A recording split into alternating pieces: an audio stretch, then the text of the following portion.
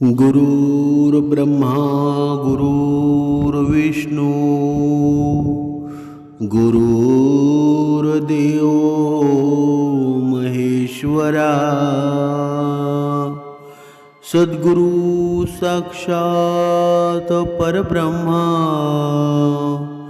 तस्मै श्री सद्गुरुवे नमः। जय जय रघुवीर समर्थ श्रीराम समर्थ। सद्गुरु चरणांना नतमस्तक होऊन आपण या निरूपणास सुरुवात करूया। मायबाप सज्जनांचे स्वागत आहे। पहा, आजच्या या कलियुगामध्ये आहे ना, आपण रोज पाहतो की आपल्याच घरात राहणारे लोक आपल्याशी शत्रू बनतात। आणि हे शत्रू का बनतात बरं? बघा, समर्थांनी आपल्याला सांगितलेलं आहे ना, एक वेळ बाहेरचा शत्रू परवडला, पण घरातला शत्रू मनुष्याचं जीवन नष्ट करून टाकतो। मनुष्याचं पूर्ण जीवन आहे ना, तो पोखरून टाकतो। जेव्हा बाहेरचा शत्रू असतो ना, तेव्हा सर्वजण मिळून त्याचा आपण नामशेष करू शकतो, पण घरातल्या शत्रू करता येतो का बरं? सर्वात मोठा शत्रू असेल ना, तो घरामधला शत्रू आहे, पण त्याच्यावर आपल्याला विजय मिळवायचा असेल तर कसा मिळवता येईल बरं? आपली संगत जर चांगल्याची असेल ना, तर तो आपल्याला धीर देऊन त्यावर काहीतरी उपाय सांगेल, पण आपलं जीवनच चांगल्या संगतीमध्ये नसेल तर त्याच्यावर विजय मिळवता येईल का बरं? अजिबात नाही ना। समर्थांनी अतिशय सुंदर भाषेमध्ये वर्णन केलेलं आहे। धरी रे मना संगती सज्जनाची, जेणे वृत्ती हे पालटे दुर्जनाची, बळे भाव सद्बुद्धी सन्मार्ग लागे, महाक्रूर तो काळ विक्राळ भंगे। पहा, समर्थांनी सांगितलेलं आहे ना, या मनाला सांगितलेलं आहे, संतांची तू संगत धर। अशा संगतीमुळं आहे ना, दुष्ट मनुष्याची वृत्तीसुद्धा पलटते। म्हणजे ज्याच्या जीवनामध्ये काही घडणारं नसतं ना, त्या संगतीमुळे सर्व पॉझिटिव्ह होऊन जातो।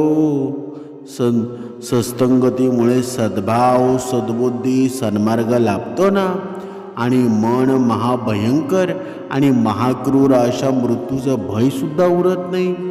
म्हणजे संत संगती म्हणजे भगवंताची संगती आहे ना, ही संत संगती आहे ना, आपल्या जीवनामध्ये आपण आणायलाच हवी। पण कधी कधी मनुष्य आहे ना, बघा, दर निरूपणाला दर 15-20 दिवसामध्ये आपण संकल्प करत असतो की जेणेकरून नवीन जी माणसं जोडली जातात ना, त्यांच्यासाठी नवीन संकल्प असतो की जेणेकरून त्यांच्या जीवनामध्ये आहे ना, चांगलं वातावरण निर्माण व्हावं। त्यांनी संकल्प घेऊन भक्ती मार्गाला लागावं। समर्थांनी सांगितलेलं आहे ना, मना अल्प संकल्प तोही नसावा, सदा सत्य संकल्प चित्ती वसावा, जणी जल्प विकल्प तोही त्यजावा, रमाकांत एकांत काळी भजावा। म्हणजे समर्थांनी या मनाला सांगितलेलं आहे, तू कधीही संकल्प करशील ना, तर तू हीन संकल्प करू नकोस। नेहमी सत्य संकल्प बाळगावा ना, वायफळ बडबड करू नकोस। एकांत वेळी भगवंताचं चिंतन आणि भजन तू कर। पण माणसाचं मन तिथे रमतं का बरं? अजिबात रमत नाही। आपण पाहत आहोत की घरातले लोक आपल्याला दुःख का देतात, हानी का पोचवतात, आपले शत्रू का बनतात। म्हणजे आजचा विषय आहे ना, तुम्हाला ऐकायला जरी कठीण असला ना, तरी मनाला बोचणारा आहे। पण आज हा विषय आपण मनापासून समजून घेतला ना, तर तुमच्या आयुष्यातील अनेक मोठ्या प्रश्नांची उत्तरं तुम्हाला मिळून जातील. आपण अनेकदा पाहतो ना, बाहेरची माणसं आपल्याशी खूप चांगली वागतात, पण आपल्याच घरात राहणारी माणसं आहेत ना, रक्ताची माणसं, काही माणसं मात्र आपल्याशी शत्रूसारखी वागतात, ज्यांच्यासाठी आपण आपल्या आयुष्यपणाला लावलेलं असतं, रक्ताचं पाणी केलेलं असतं, तेच लोक आहेत ना आपल्या अचानक कट्टर शत्रू बनतात. मग तो आपला भाऊ असेल, बहीण असेल, नातेवाईक असतील, अगदी पोटकी संतानसुद्धा असेल. माणसाला बाहेरच्या शत्रूंशी लढणं आहे ना, ते खूप सोपं असतं. पण जेव्हा शत्रू स्वतःच्या घरात असतो, घरात जन्माला येतो किंवा घरातच राहतो ना, तेव्हा माणूस आतून पूर्णपणे तुटून जातो. असं का होतं? ज्या घरामध्ये प्रेम असायला हवं ना, तिथं इतका द्वेष कुठून येतो? यामागे कर्माचं आणि पूर्वजन्माचं कोणतं गूढ रहस्य लपलेलं आहे ना.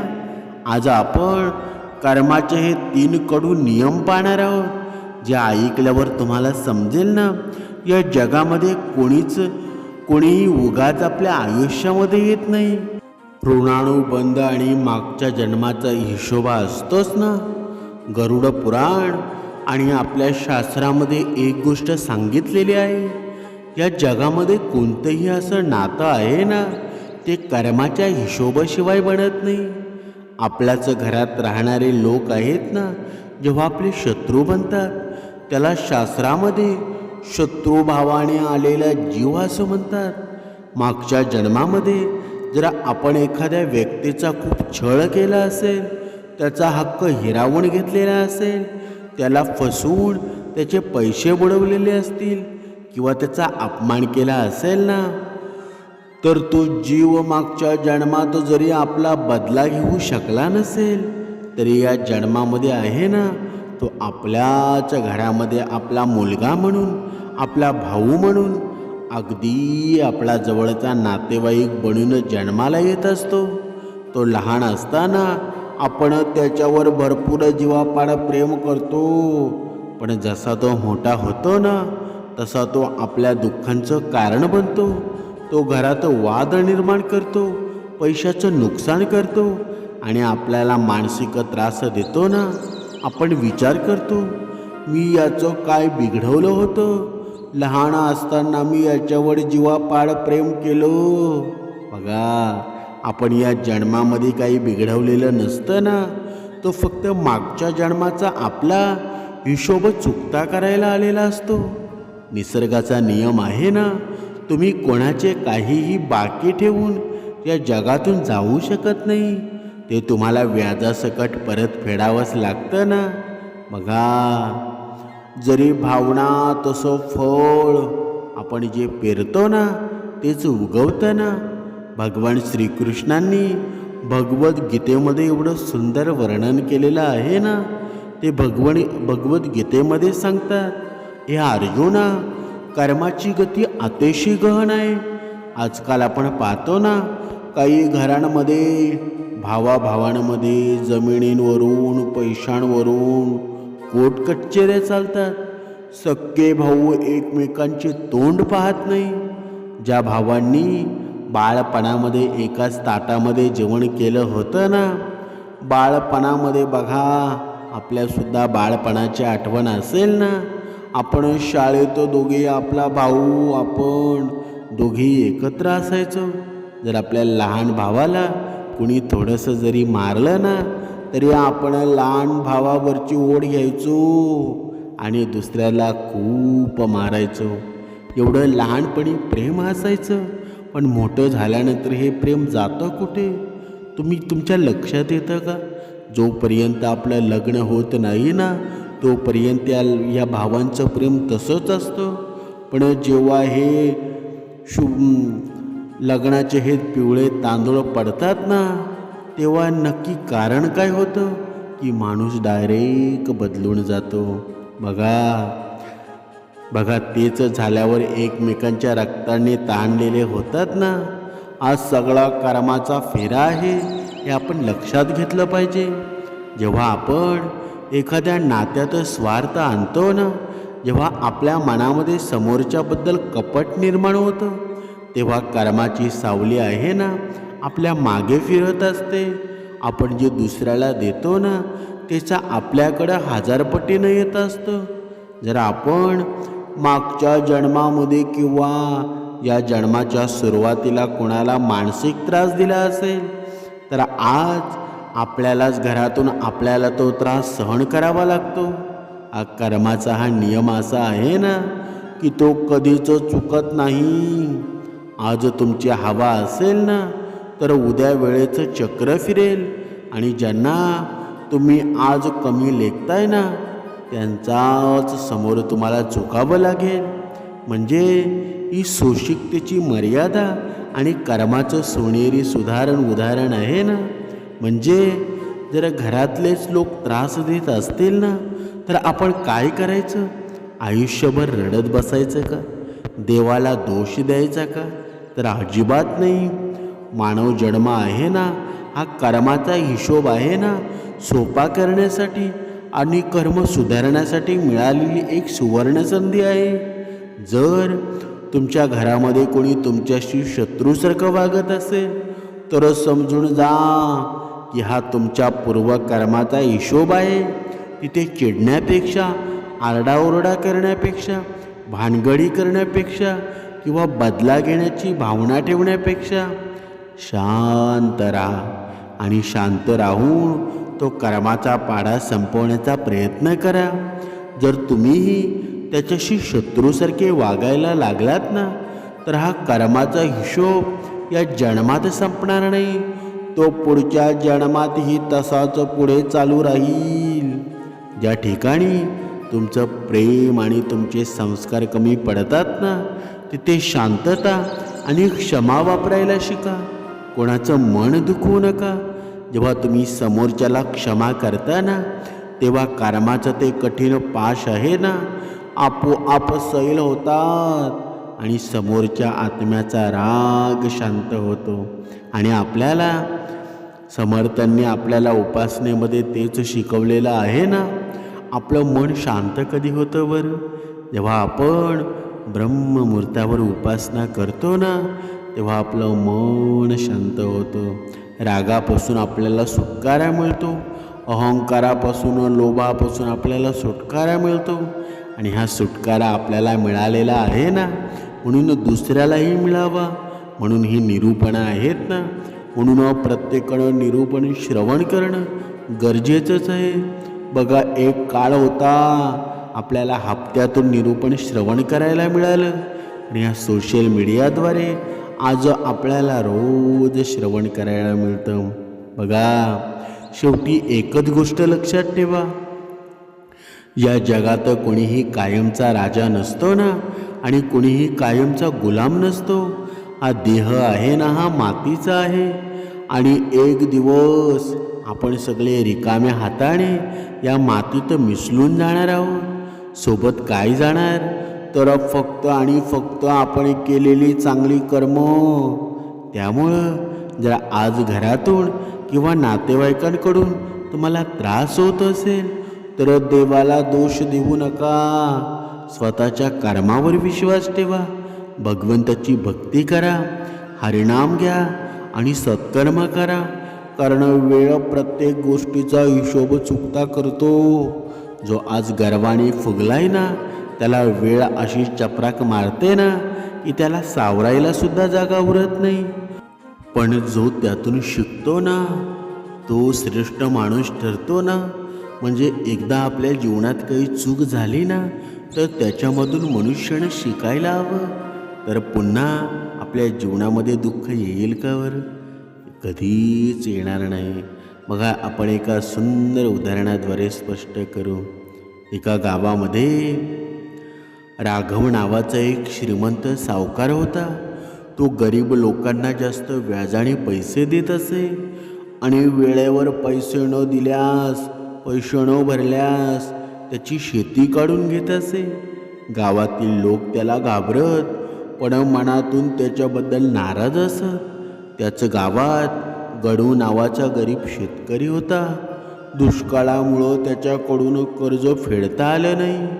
बघा, त्या राघव सावकारानं त्याची शेती जप्त केली.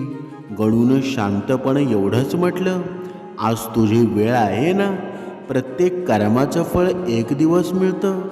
काही वर्षांनी राघवच्या मुलानं चुकीच्या व्यवहारामध्ये सगळी संपत्ती गमावली. राघववरही कर्ज चढलं. मदतीसाठी तो गावकऱ्यांकडे गेला, पण ज्याच्यावर अनेक त्याचा अन्याय केला होता ना, त्याचा विश्वास त्यानं कधीही गमावला होता. शेवटी त्याला स्वतःची जमीन विकावी लागली. एके दिवशी गणू त्याला भेटला. राघवला वाटलं की गणू आता सूड घेईल, पण गणूने त्याला अन्न दिलं आणि म्हणाला, मी तुझ्यासारखा वागणार नाही. वाईट कर्माची साखळ इथेच थांबू दे. राघवला आपल्या चुका उमगल्या. त्यानं उरलेलं आयुष्य प्रामाणिकपणे लोकांची मदत करण्यामध्ये घालवलं. बघा, या कथेचा बोध काय आहे बरं? कर्म म्हणजे, बघा, आपण म्हणतो कर्म हे सूड घेतातच, पण कर्म म्हणजे सूड घेणारी शक्ती नाही. आज जे करतो ना, त्याचा परिणाम कधी ना कधी आपल्या जीवनात परत येतात. म्हणजे आपणच आपल्या पायावर कुऱ्हाडी मारतो ना. चांगले कर्म विश्वास, आदर आणि साथ निर्माण करते ना. वाईट कर्म विश्वास गमावतं आणि त्याचे परिणाम पुढे भोगावे लागतात ना. म्हणजे आपल्या जीवनामध्ये जे काही होतं ना, ते काही आपल्या चुकीमुळं होत असतं. आपण जसं वागतो ना, तसं जीवन पुढं जात असतं. पण आपल्याला असं वाटतं की हे भगवंताने केलं, पण असं असतं का बरं? अजिबात नाही. मनुष्याच्या जीवनात आहे ना, केवळ सुखाच्या मार्गाने जीवनातील कोणतं कोडं सुटत नाही. दुःखही भोगलं तरच आयुष्याचा स्पष्ट अर्थ समजतो ना. म्हणजे आपल्या आयुष्यामध्ये आहे ना, सुख दुःख येणारच आहेत. त्यांचा सामना आपल्याला करावाच लागणार आहे. पण ते आले तरी आपण चुकीचं पाऊल उचलू नका. बघा, तुमच्या जीवनामध्ये आहे ना, समाधान निर्माण झाल्याशिवाय राहणार नाही. तुमचं जीवन श्रीमंत झाल्याशिवाय राहणार नाही. आता श्रीमंत म्हणजे काय बरं? पैशाने श्रीमंत का आहे? संस्काराने श्रीमंत. जो संस्काराने श्रीमंत असतो ना, तो मनाचे समाधानाने परिपूर्ण असतो आणि मनुष्याला तेच हवं आहे. म्हणून आपल्या अगोदरचं जीवन कसं होतं ना, आपण कोणावर किती अन्याय केला, काही भानगडी केल्या, किती वादावाद केले, हे सर्व विसरून जा. तुम्हाला वाटतंय ना की मलासुद्धा भक्तिमार्गामध्ये यायचं आहे, मलासुद्धा भगवंताच्या नामामध्ये लीन व्हायचं आहे, मला माझ्या मनाला समाधान हवं आहे, तर फक्त एकच करा, हे रामनाम घ्या. हे रामनाम घेतलं ना तर तुम्हाला मुक्ती मिळेल. जर तुम्ही रामनाम मुखामध्ये घेतलं नाही ना, तर तुम्हाला कधीच मुक्ती मिळणार नाही. तुमचा देह भटकत राहील. शतकोनशतके तुमच्या बातम्याला समाधान मिळणार नाही. समाधानी समर्थांनी सांगितलेलं आहे ना, मुखी नाम नाही तया मुक्ती कैची, अहंता गुणे यातना ते फुकाची, पुढे अंत येईल तो दैन्यवाना, म्हणून म्हणा रे म्हणा देवराना. ज्याच्या मुखी रामनाम नाही ना, त्याला मुक्ती कुठून मिळणार बरं? अहंकाराने तो विनाकारण यातना भोगत असतो. लोभानं स्वतःच्या जीवनाची हानी करत असतो. मनुष्याचं एक वेळ दैन्यवाने मरण येणारच आहे ना. म्हणून भगवंताचं नाव घेत राहा. जोपर्यंत तुमच्या मुखामध्ये भगवंताचं नाम आहे ना, तोपर्यंत तुम्हाला कोणी हरवू शकत नाही. म्हणून एक गोष्टी कायमचे लक्षात ठेवा की जोपर्यंत आपल्या जीवनामध्ये भगवंत येत नाही ना, आपल्या हृदयामध्ये बसत नाही, तोपर्यंत आपल्या जीवनातील राग निघणार नाही. आणि आपल्या घरातील तरी किती शत्रू असतील ना, जर तुमचं मन निर्मळ असेल, तुम्ही शांत स्वभावाचे असाल, तुमच्या जीवनामध्ये कधीच दुर्दैव येणार नाही. तुमच्या जीवनामध्ये कधी वादविवाद होणार नाही. कितीही मोठा अहंकारी शत्रू जरी तुमच्या घरामध्ये असेल ना, जर तुम्ही शांत असाल तर कधीच तुमच्या जीवनात भांडण होणार नाही. म्हणून आपल्या जीवनाचं सार्थक करायचं असेल ना, तर 2 वेळची उपासना करा, जीवनात शांतता निर्माण करा. आपलं भलंच होईल, आपलं कल्याणच होऊन जाईल. जय जय रघुवीर समर्थ.